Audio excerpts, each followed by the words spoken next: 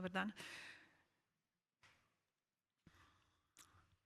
Torej, sodobni trend v razvoju aplikacij je tudi vključevanje uporabnikov, da prispevajo k razvoju delovanja programske opreme po njihovih pričakovanjih in uporabniški izkušnji. Iz tega razloga smo katalogizatorjem že v zgodnjih fazah omogočili delo v novem vmesniku COBISS-CAD in s pomočjo njihovih predlogov korigirali razvojne prioritete in zaporedje dodajanje novih funkcionalnosti. Odgovori, zakaj potrebujemo uporabnike, katalogizatorje pri razvoju aplikacije COBISS-CAD so tile. Uporabniki, katalogizatorji so si pridobili veliko izkušenj pri uporabi prejšnjih verzij programske opreme. Potem vsak od uporabnikov ima neke svoje individualne navade pri delu, ki predstavljajo za nas tako imenovane neznane zahteve. In uporabniki, katalogizatorji v tem primeru imajo ekspertno znanje na področju katalogizacije in nas opozarjajo, če mogoče mi česa nismo opazili, predvideli, zasledili. Z razvojem COBISS-CAD smo začeli leta 2021 in prvo produkcijsko verzijo namestili februarja 2023. Že novembra 2022 smo k sodelovanju povabili nekatere knjižnice in od njih dobili več kot 120 pripomb in predlogov na takratno verzijo, ki smo ji rekli COBISS-4 katalogizacija. Februarja letos smo po enem letu torej uporabe nove aplikacije smo katalogizatorje ponovno povabili k sodelovanju, tokrat k izpolnjevanju ankete in dobili 150 pripomb. Ves ta čas, kar pa razvijamo programsko opremo, pa za katalogizacijo, pa nam katalogizatorji sami ali pa knjižnice posredujejo zahtevke za spremembe in dopolnitve. Do sedaj smo jih zaključili okrog 800, kakšnih 300 pa še jih čaka na obravnavo. Program je v dobrem letu in pol doživel 6 večjih dopolnitev in nekaj manjših vmesnih popravkov. Trenutno uporabljamo verzijo 1.6.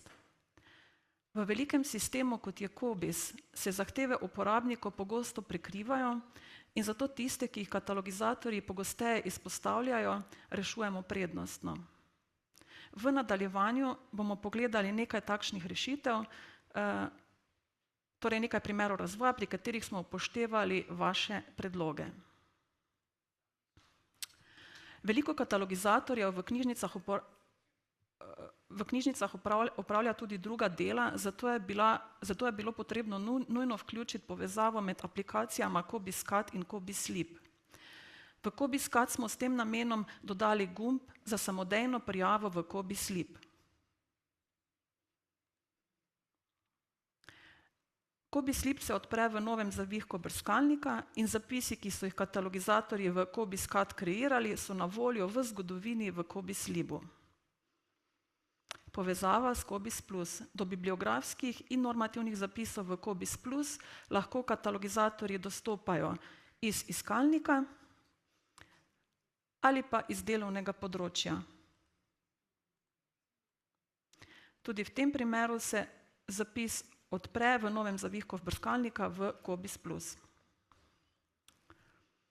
Ker nekateri katalogizatorji pri svojem delu v bibliografskih zapisih potrebujejo tudi podatke o zalogi, smo dodali uporabniško nastavitev za prikaz pol 996, 997 in 998 v pregledovalniku, ki potem, ko to obkljukate in potrdite, ta polja vidite v pregledovalniku in v novem zavihku brskalnika. To izgleda tako.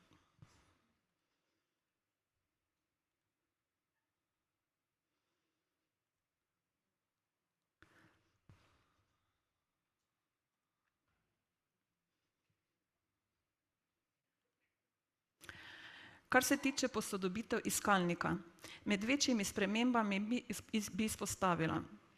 Za vsako bazo je dodana zgodovina zadnjih 100 iskalnih zahtev, ki se ohrani tudi po odjavi iz programa. Torej, tako in to In te iskalne zahteve seveda lahko uporabite ponovno. Iskalna polja pri izbirnem iskanju si je možno prilagoditi in pri prazni iskalni zahtevi po kliku na shrani po izvedbo se ta prilagoditev ohrani tudi po odjavi iz programa. Omogočili smo izvoz zapisov v različnih formatih. Iz tega spustnega seznama lahko vidite, v katere formate lahko izvozite zapise, in iz iskalnika je možen tudi izpis bibliografij in predmetnih oznak. Kar se tiče predlog in definiranih vrednosti, če v določena podpolja pogosto vnašate iste podatke, lahko v vsaki bazi kreirate tako imenovani default zapis. Shranite ga kot predlogo, ime pa mu date default. Predloge in default zapise lahko prikličemo iz okna za kreiranje novih zapisov.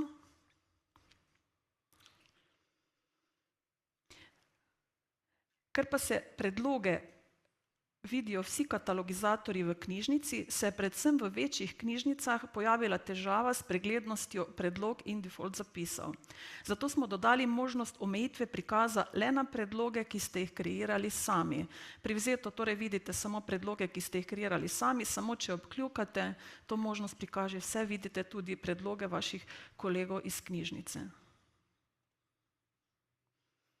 Predlogo lahko seveda potem uporabite in jo uporabite za kreiranje novega zapisa. Primerjanje zapisov, to je z novo verzijo 1.6, lahko katerakoli dva zapisa iz delovnega področja primerjate med seboj, torej označite prvi zapis, potem pa iz seznama zapisov iz delovnega področja označite drugega in odpre se primerjalnik, kjer vidite oba zapisa. Hitrejše dodajanje in brisanje, kopiranje polj.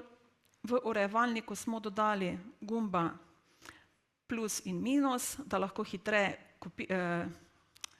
brišete in dodajate polja. Potem iz zapisov na delovnem področju pa je možno kopirati polja neposredno v zapis, recimo zapis označite, potem pa izberete možnost izbira polj za prenos, označite polje. Lahko se tudi odločite, da s tem poljem prekrijete vsa istovrstna obstoječa polja v zapisu v urejevalniku in potem napišete, potrdite prenesi v urejevalnik. Torej, zdaj se je v zapisu v urejevalniku preneslo polje 606. To velja tudi za zapise iz tujih baz podatkov. Vnos vira v polje 810, v predhodnih verzijah programa je bil ta postopek za vnos vira v polje 810, podpolje 810a precej zapleten.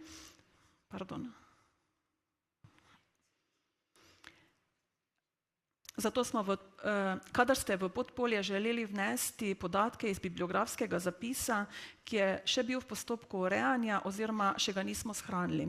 Trenutna rešitev je takšna, da se ob kliku na gumb iskanje odpre iskalnik s seznamom rezultatov iskanja in v njem so vidni zapisi, ki so naloženi na delovnem področju in so v postopku urejanja oziroma imajo oranžen svinčnik. Iz seznama izberete ustrezen zapis in podatki o viru se samodejno prenesejo v podpolje 810a.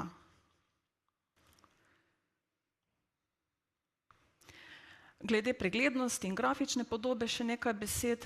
V iskalniku je vnosno okno pri ukaznem iskanju razširjeno, potem pa v urejevalniku po novem je vidna obveznost in ponovljivost polj in podpolj. Prav tako v urejevalniku lahko pri kodiranih podatkih, torej so izpisane vrednosti iz šifrantov.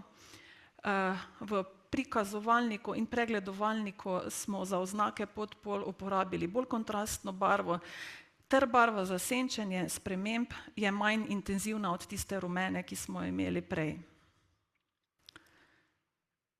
Kaj bi še dodatno izpostavila? Torej,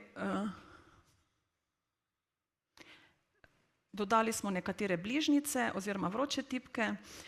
Omogočeno je povezovanje zapisov z metadat, omogočeno je spreminjanje lastnosti pol in pa podpol, lahko prevzemate in prekličete odgovornost za normativne zapise in za nekatere knjižnice je vključen postopek za preverjanje, bolj enostaven postopek za preverjanje in shranjevanje lokalnih zapisov v COBIB.